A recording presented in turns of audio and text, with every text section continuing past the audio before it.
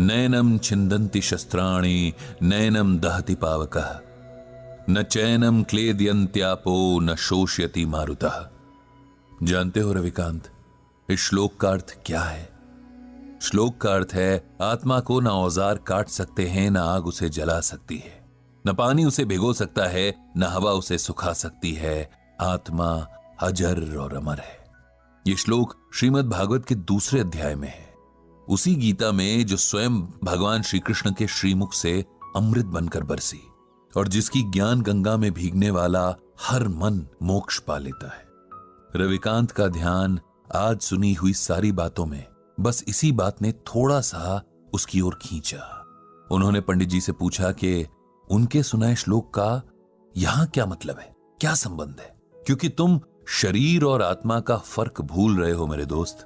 अपनी प्रिय पत्नी के शोक में तुम इस सच को अनदेखा कर रहे हो कि उसका सिर्फ शरीर नष्ट हुआ है, उसे चलाने वाली आत्मा नहीं, क्योंकि आत्मा तो अजर अमर है। एक शरीर से दूसरे शरीर की यात्रा करती है, एक जन्म से दूसरे जन्म का फेरा लगाती है। जो मिटा वो मिट्टी थी, जो जीवन शक्ति थी वो अब भी वही है, किसी और मिट्टी में जान फूंकने चली गई है। उसके लिए शोक करना बेकार है। ये उस आत्मा का अपमान भी है।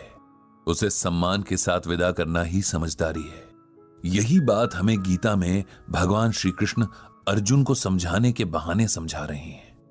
हमारे मोह माया के बंधन हमें सच्चे लगते हैं, लेकिन सच सिर्फ एक है, और ये वही सच है जिसे भगवान श्री कृष्ण ने अर्जुन को बताया है कि आत्मा अजर और अमर है। इसीलिए शरीर के प्रति प्रेम रखना व्यर्थ है। तुम्हारी रश्मि की देह का साथ तुम्हारे साथ बस यहीं तक का था। इस सच को स्वीकार कर लो और उसकी मृत्यु को उसी भाव से स्वीकार करो जिस भाव से उसके साथ को स्वीकार किया था। माता पिता, बेटा बेटी, पति पत्नी, ये सब रिश्ते देह से जुड़े हैं। आत्मा इन रिश्तों से आजाद है। वो किसी अभिनेता की तरह बस किरदार निभाने तक देह में रहती है। किरदार खत्म तो आत्मा भी किसी और किरदार को निभाने निकल जाती है। जो अब तक जिया उसकी अच्छी यादों को समेट लो, वही जीवन की कमाई है। उसी के सहारे आगे का जीवन काटना है। उस आत्मा को प्रणाम करो और खुद को शरीर के मोह से आजाद करो।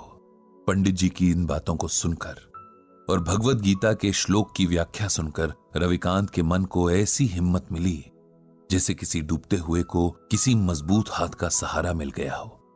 जीवन के लिखे को स्वीकार करने की प्रेरणा ने जैसे उसके डगमगाते कदमों में ताकत भर दी थी। उसने तय किया कि अपनी मर चुकी पत्नी की यादों को सम्मान देते हुए अब उसकी मृत्यु की सच्चाई को भी सम्मान देगा और साथ ही और भी गहराई से श्रीमद् भगवत गीता के ज्ञान को समझेगा।